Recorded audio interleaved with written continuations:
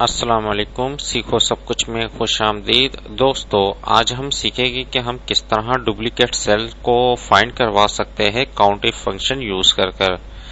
आइए जानते हैं। इस वक्त हमारे पास एक आइटम है, उसकी लिस्ट दी हुई है। ये लिस्ट हजारों की तादाद में हो सकती है और अगर आपने ये मालूम करना है कि इन आइटम में डुप्लीकेट आइटम कौन कौन से हैं, तो ये जानने के लिए आपको एक कंडीशनल फॉर्मेटिंग जो हमने पहले यूज कर चुके हैं, कंडीशनल फॉर्मेटिंग के थ्रू आप डुप्लीकेट भी मालूम कर सकते हैं। और आज मैं आपको बताने जा रहा हूँ काउंट इफ के जरिए किस तरह किया जा सकता है। आप इसको काउंट इफ के थ्रू भी कर सकते हैं। आइए देखते हैं कि काउंट इफ के जरिए डुप्लीकेट आइटम को किस तरह हम तलाश कर सकते हैं, फाइंड करवा सकते हैं। इस वक्त में यहाँ फार्मूला मुझे काउंट इफ का लिखना पड़ेगा। इसके लिए आप इक्वल टू प्रेस कर दें और काउंट इफ लिख दें। जैसे ही आप काउंट इफ लिखेंगे और टैब की प्रेस करेंगे तो ये आपसे पूछेगा कि रेंज बता दे। हमें रेंज कहां से कहां तक देनी है, वो तमाम आइटम को आप सिलेक्ट कर लीजिए। इस वक्त मैं जो आइटम को सिलेक्ट कर रहा हूं यहां से लेकर यहां तक, तो तमाम आइटम्स को आप सिलेक्ट कर लीजिए। और सिलेक्ट करने के और भी तरीके हैं, वो भी मैं आपको बता देता हूँ। लेकिन इस वक्त मैंने क्या है, सिर्फ माउस से ड्रैग किया है। आप चाहे तो यहाँ इस पर क्लिक कर दे फर्स्ट सेल पर और कंट्रोल शिफ्ट डाउन एरो की प्रेस करेंगे तो भी जितने भी आइटम होंगे वो ऑटोमेटिकली सिलेक्ट हो जाएंगे। तो रेंज सिलेक्ट करने के बाद, क्योंकि हमें एक क्राइटेरिया बताना होगा, रेंज को आपने एब्सोल्यूट करना है। एब्सोल्यूट क्या होता है कि वो फ्रीज कर देता है। तो जो भी रो हो, जो भी हमने यहाँ से B7 से B14 तक हमने सिलेक्ट किया है, तो ये फ्रीज हो जाएगी। जब मैं इसको फार्मूले को ड्रैग करूंगा तो ये सेम रहेगी, क्योंकि हमें इसको चेंज नहीं करना।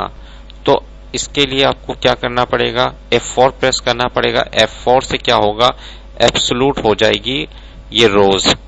तो ये तमाम सेल्स जो है वो एब्सोल्यूट हो जाएंगे। और मैं अगर फार्मूले को ड्रैग नीचे की तरफ करूंगा तो इसके जो रो नंबर है वो चेंज नहीं होगी। तो एब्सोल्यूट करने के लिए आप F4 प्रेस कर दे। जैसे ही मैंने F4 प्रेस किया, आप देखेंगे कि डॉलर का साइन यहाँ आ गया, तो इसने इसको फ्रीज कर दिया है। तो अब ये चेंज नहीं होगी। फार्मूले को मैं नीचे ड्रैग करूंगा तो ये सेम रहेगी।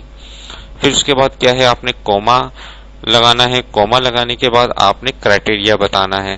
क्राइटेरिया क्या है कि काउंट इफ करे इस रेंज में, और क्राइटेरिया क्या है, ये वाला सेल मैं बता देता हूँ। क्योंकि जब मैं फार्मूले को ड्रैग करूंगा तो सेकंड वाला ये वाला सेल आ जाएगा, फिर थर्ड ये आ जाएगा, फोर्थ ये आ जाएगा, फिफ्थ ये आ जाएगा। तो इस तरीके से ये सिर्फ चेंज होगा, क्राइटेरिया सिर्फ चेंज होगा। और क्योंकि जब फार्मूला हम यूज करेंगे बाकी चीजें एब्सोल्यूट रहेगी और जो क्राइटेरिया है वो चेंज होगा। और ब्रैकेट क्लोज कर कर मैं इंटर कर देता हूँ।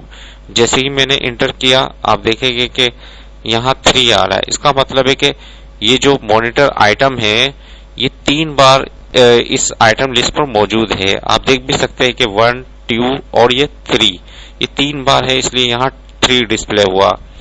मैं दोबारा डबल क्लिक करके बता देता हूँ, क्योंकि हमने सबसे पहले काउंट इफ यूज किया और फिर उसके बाद रेंज बताई। रेंज हमने यहाँ से यहाँ तक बताई। इसको एब्सोल्यूट इसलिए कहा, इसलिए किया कि जब मैं नीचे ड्रैग करूंगा तो ये चेंज नहीं होगा, ये सेम रहेगा। तो फ्रीज कह लीजिए, ये एब्सोल्यूट कह लीजिए। तो एब्सोल्यूट करने के लिए आपको F4 की प्रेस करेंगे सिलेक्शन करने के बाद, तो क्या होगा कि डॉलर का साइन आ जाएगा। और क्राइटेरिया क्या है, ये वाला सेल है फर्स्ट में। तो ये सेल क्योंकि जब मैं ड्रैग करूंगा तो उसके बाद सेकंड ये वाला सेल आ जाएगा, थर्ड ये आ जाएगा। तो इस तरीके से ये फार्मूला काउंट इफ का यूज किया जाता है। जैसे ही मैंने एंटर किया तो ये 3 आ गया। जैसे ही मैं इसको ड्रैग करके नीचे की तरफ लाऊंगा तो आप देखेंगे कि यहाँ B8 आ गया, ये वाला सेल आ गया। यानी कि यहाँ आप देख रहे हैं कि B8 आ गया और बाकी ये सेम है। इस तरीके से मैं यहाँ आता हूँ तो B9 हो गया और ये सेम है, क्योंकि इसको हमने फ्रीज करवा दिया है, एब्सोल्यूट करवा दिया है। तो बाकी सब एक एक आ रहे हैं। और मॉनिटर पर आप देखेंगे कि 3 आ रहा है।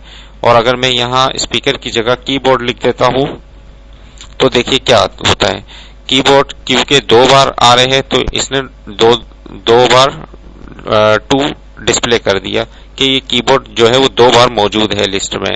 तो इस तरीके से हम जान सकते हैं कि कौन कौन से डुप्लीकेट रिकॉर्ड हमारे जो सेल्स है उस पर कौन कौन से डुप्लीकेट रिकॉर्ड पड़े हुए हैं। तो इस तरीके से हम जान सकते हैं कि डुप्लीकेट रिकॉर्ड कौन कौन से हैं।